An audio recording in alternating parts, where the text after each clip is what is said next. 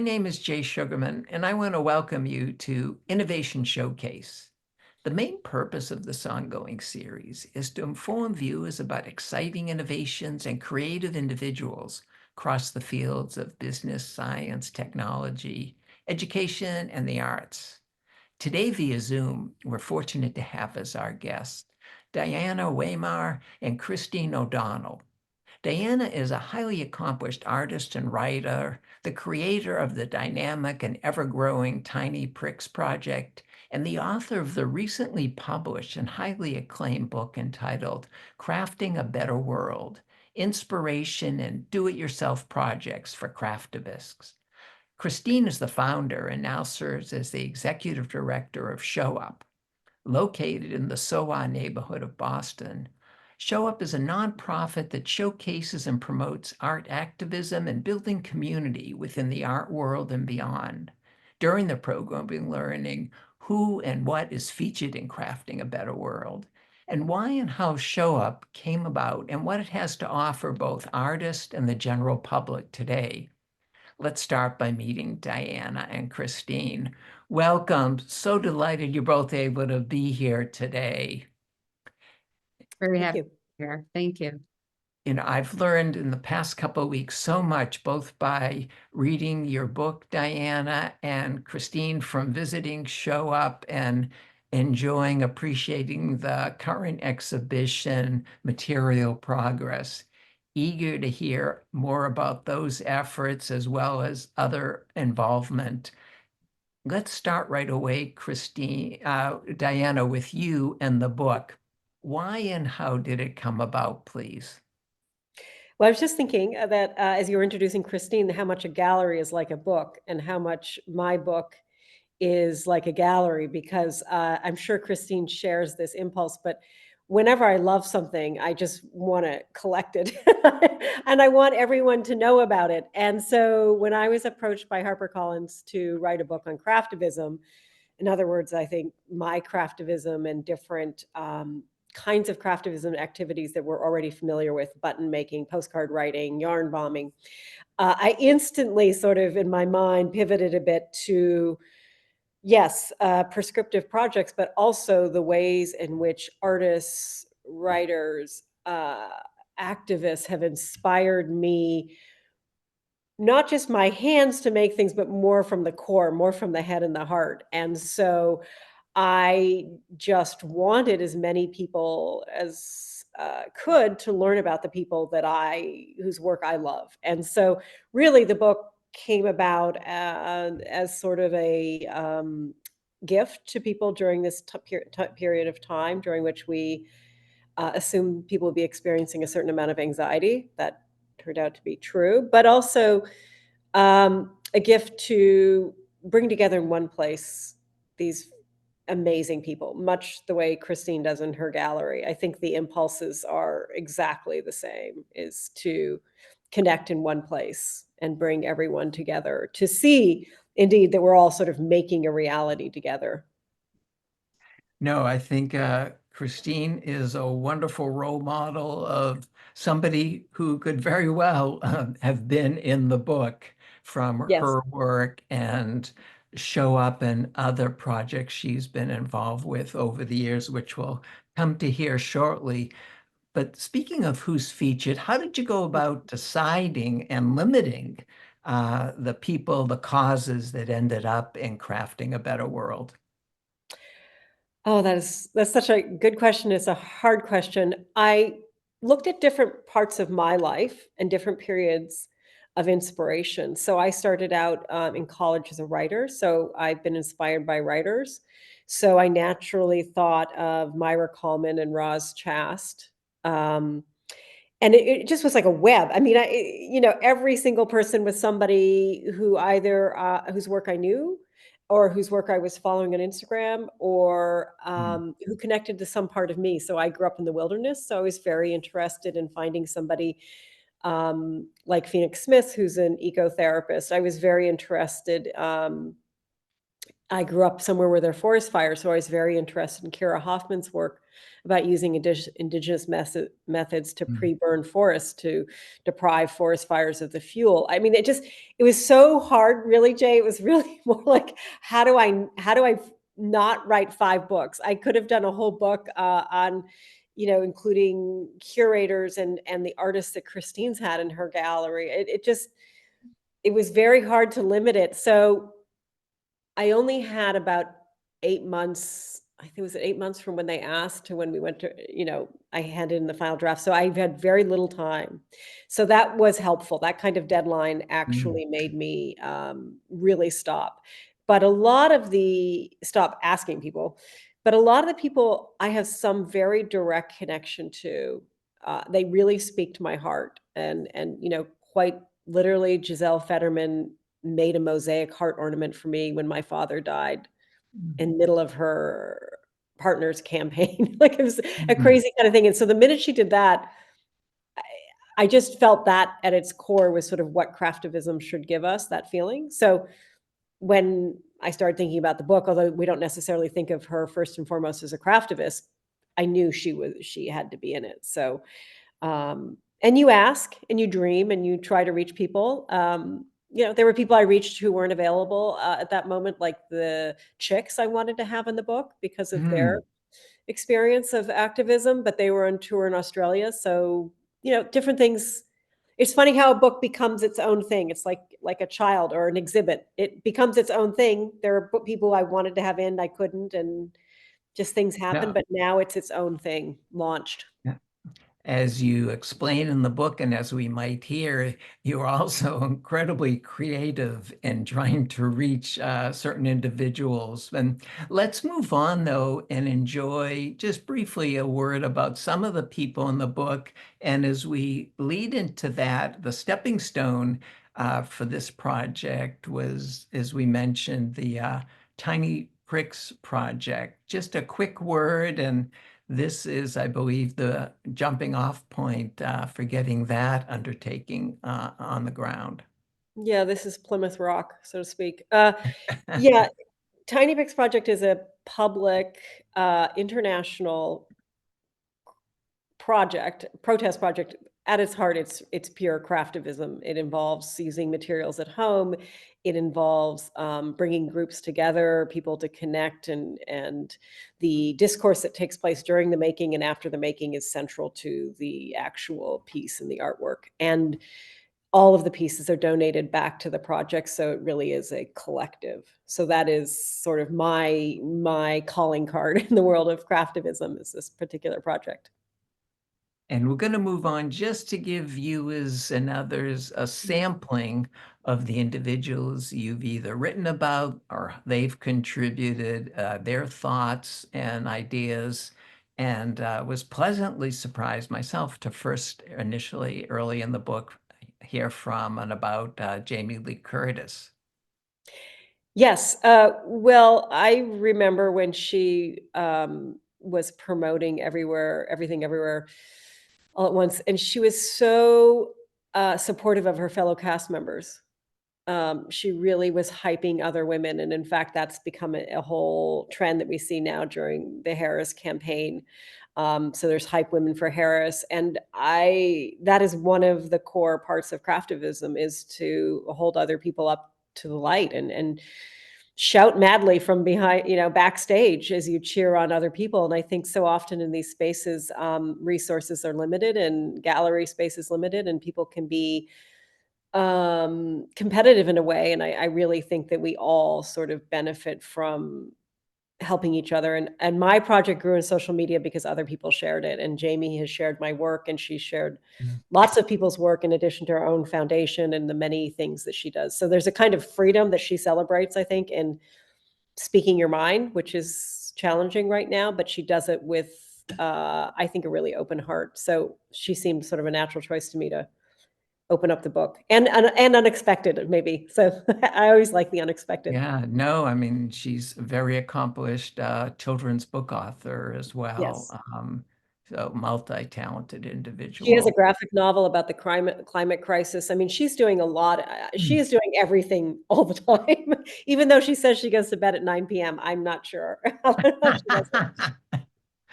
Well, just a quick word about these other people before we move on to Mm. Christine. And you mentioned your interest in Roz Chast.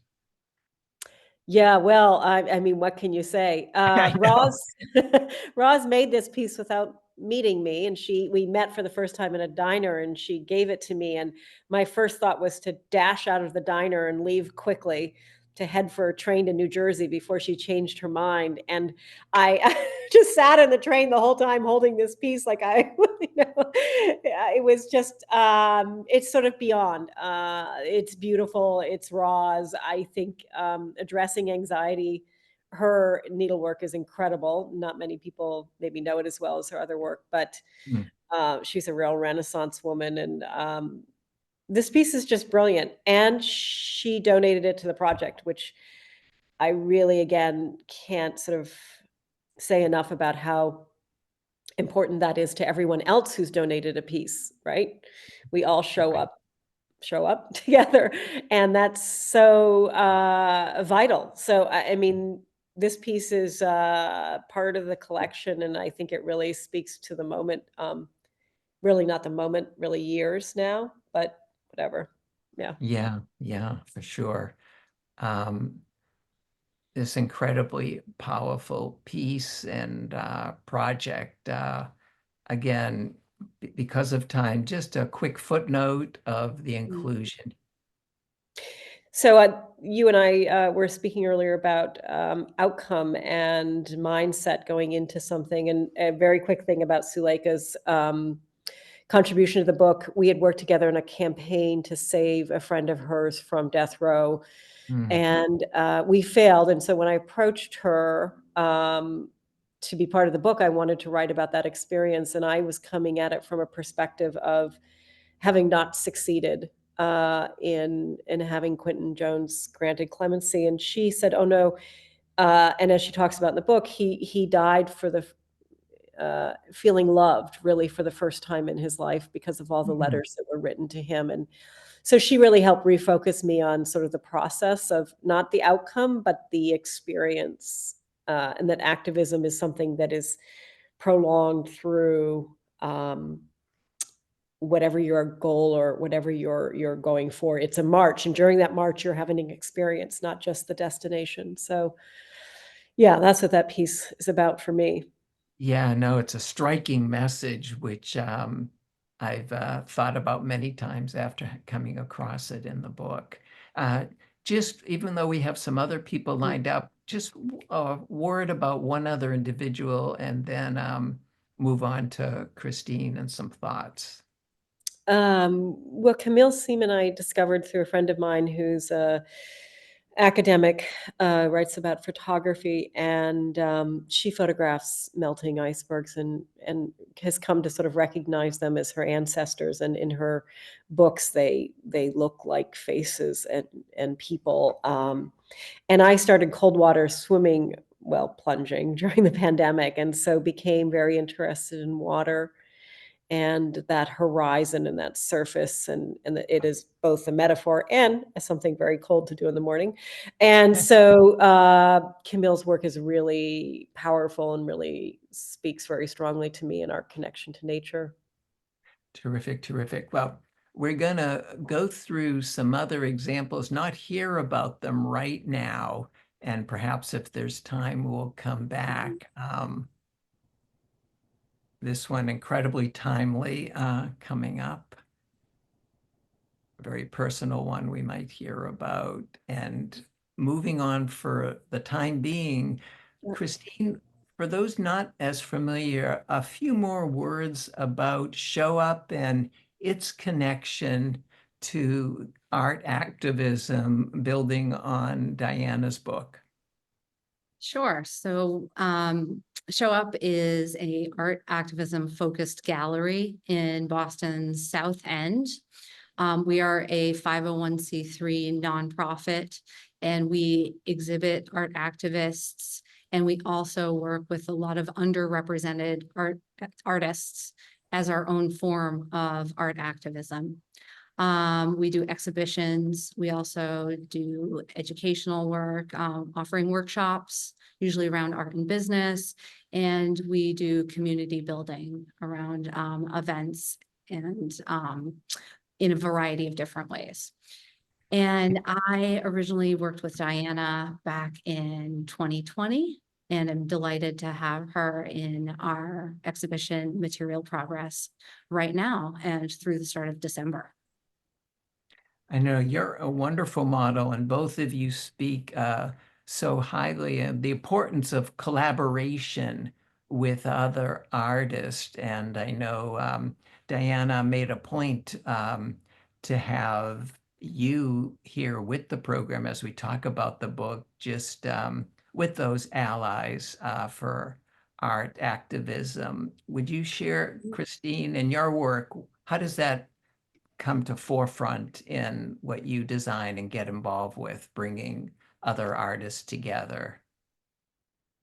You know, I think it works in so many ways, but the phrase that I really can't get out of my head right now is what Diana said about shouting from backstage, which is really what I see as our role in a lot of ways here, in that we have this space, we have this exhibition space, and what we're doing is creating an opportunity for a lot of artists to feature their work outside of their studio, sometimes for the first time, sometimes not for the first time, but in a new context, often in a new location, and in a way that allows people to see it and appreciate it.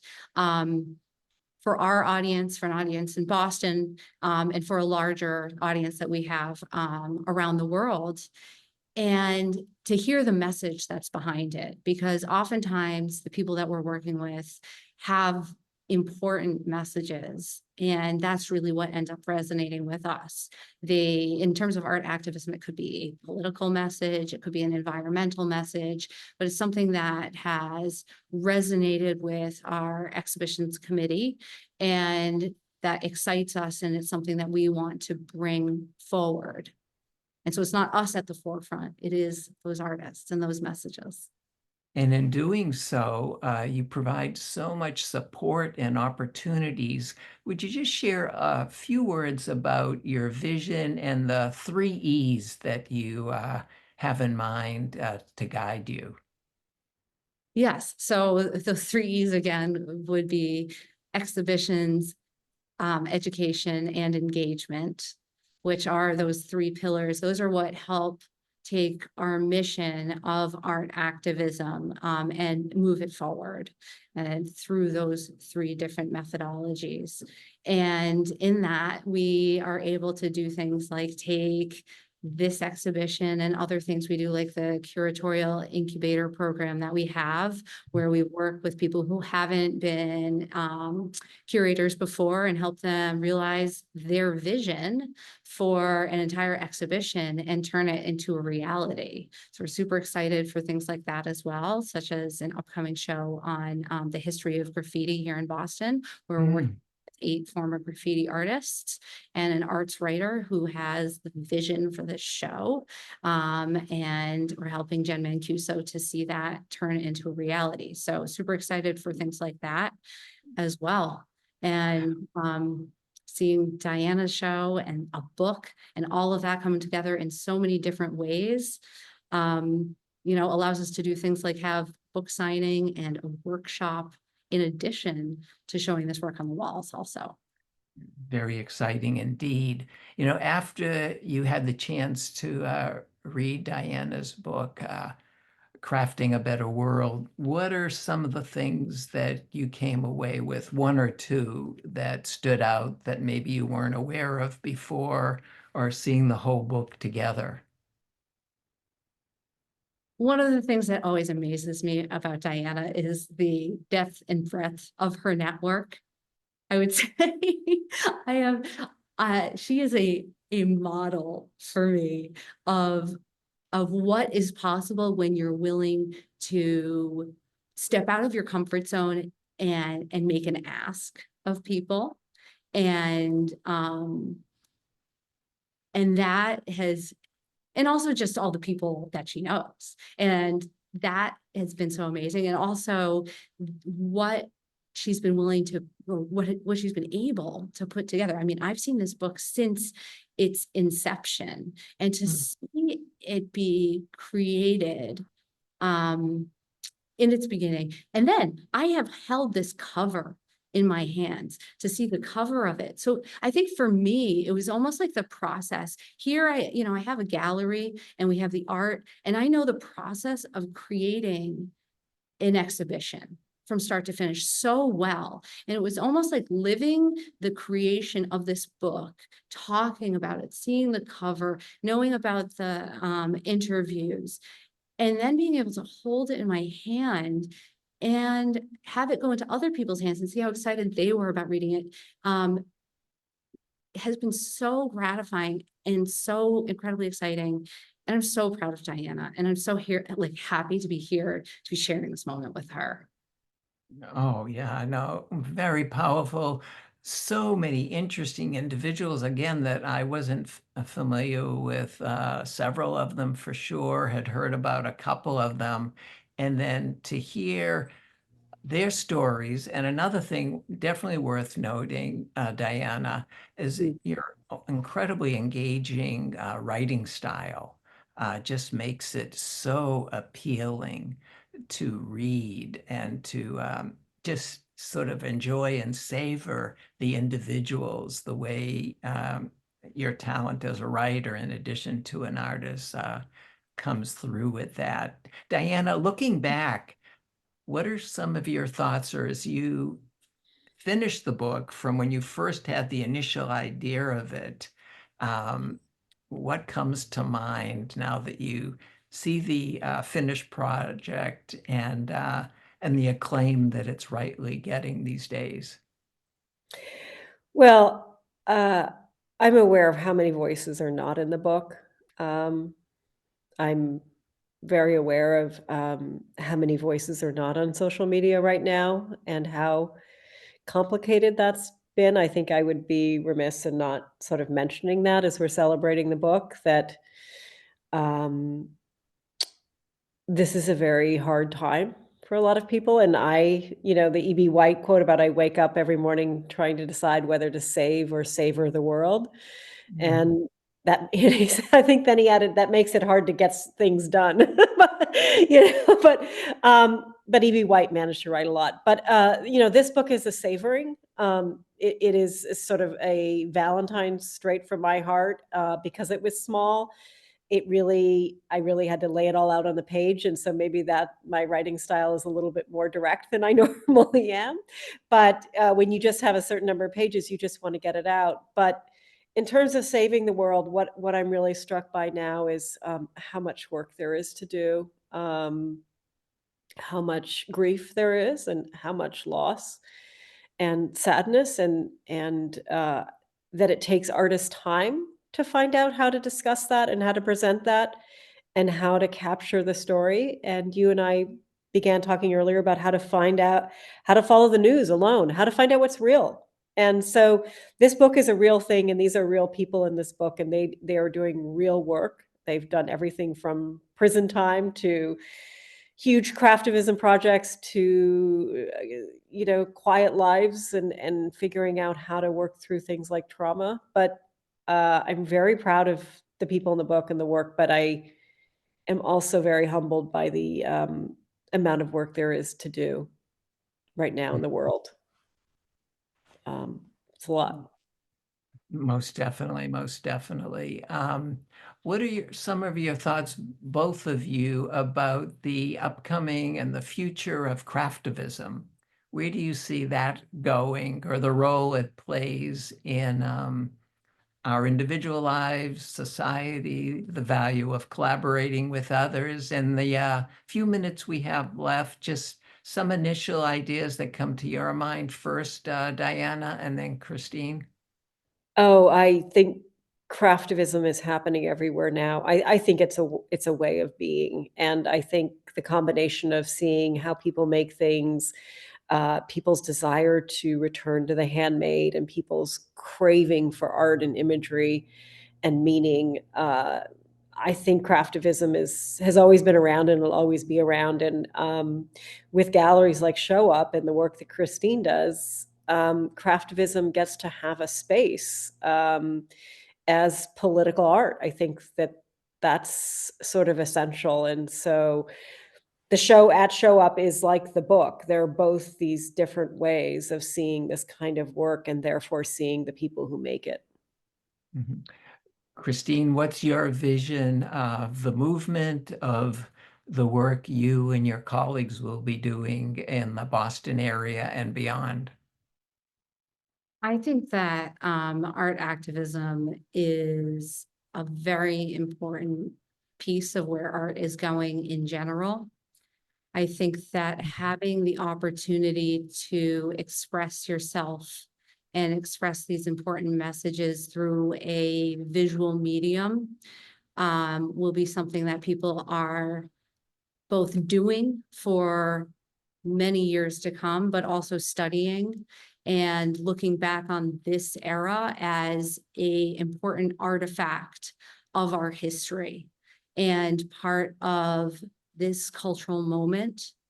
And I think that it's very important to both be cognizant of how of the moment it is, and that this work needs to be shown, should be paid attention to, and that it's this art activism is still a really growing field. It's not very well defined yet, I don't think.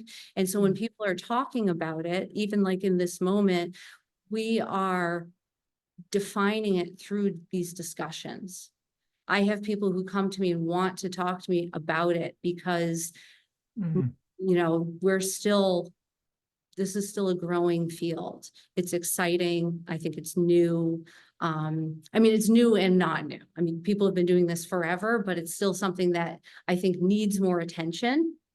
And I think that because a lot of it has been based, like, such as here we're talking about embroidery, there's been a lot, particularly in the craftivism side, it's been women's work for a lot of time, and so it hasn't maybe had as much attention. It's now coming into its own, I think, as a true art movement, and I hope that it will get the attention and care that it deserves in the years to come.